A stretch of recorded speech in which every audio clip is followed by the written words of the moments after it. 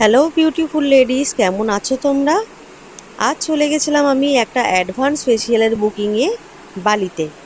আর এই দেখো, আমি কিছু ছোট ছোট ক্লিপ নিয়েছি তোমাদেরকে দেখানোর জন্য। আমি তো কোনো কাস্টমারের তো ফেস দেখাই না, তাই তোমাদেরকেও এখানে আমার কাস্টমারের ফেসটা দেখাতে পারলাম না।